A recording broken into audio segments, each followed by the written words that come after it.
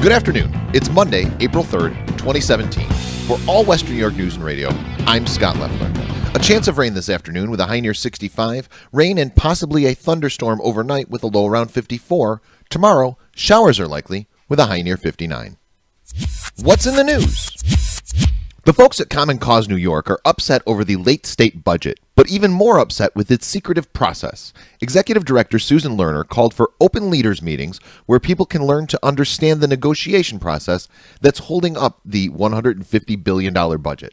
Read all the details at allwesternnewyorknews.com. Congressman Brian Higgins continues his push today to make Central Terminal the selection for the city's new train station, saying it's the best location for its next train station, the best neighborhood investment, and the best site to maximize the passenger experience. He then lists a variety of factors which he says make Central Terminal the clear choice. The price of gas is up locally, across the state, and nationwide this week, according to AAA of Western and Central New York. In Buffalo, the price is $2.40 for regular unleaded, up a penny from a week ago. In Rochester, the price is also up a penny to $2.35. Police news. Lauren Glenn Warner, age 27, of Fresno, California, was arrested and charged by criminal complaint with enticement of a minor. The charge carries a minimum of 10 years in prison and a maximum penalty of life, plus a $250,000 fine. Prosecutors say that in early January, Warner met a 14-year-old victim at her family's church in Cattaraugus County, and the two began communicating via Facebook and Snapchat.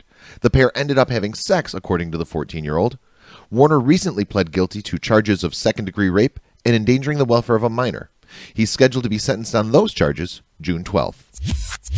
Sports.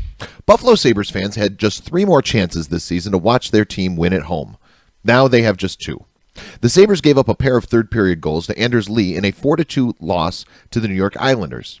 Evander Kane and Zemgus Girgensons tallied for the Sabres, who play again tonight against the visiting Maple Leafs.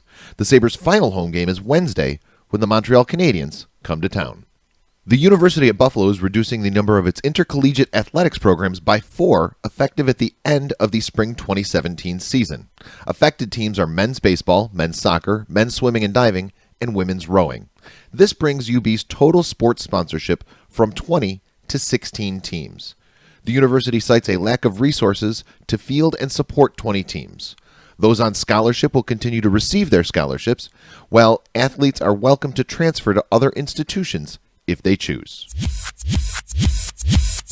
At 2 and 5 p.m., Corey McKnight will tell you what he thinks of Andrew Cuomo in Corey Comments On, only on All Western New York Radio.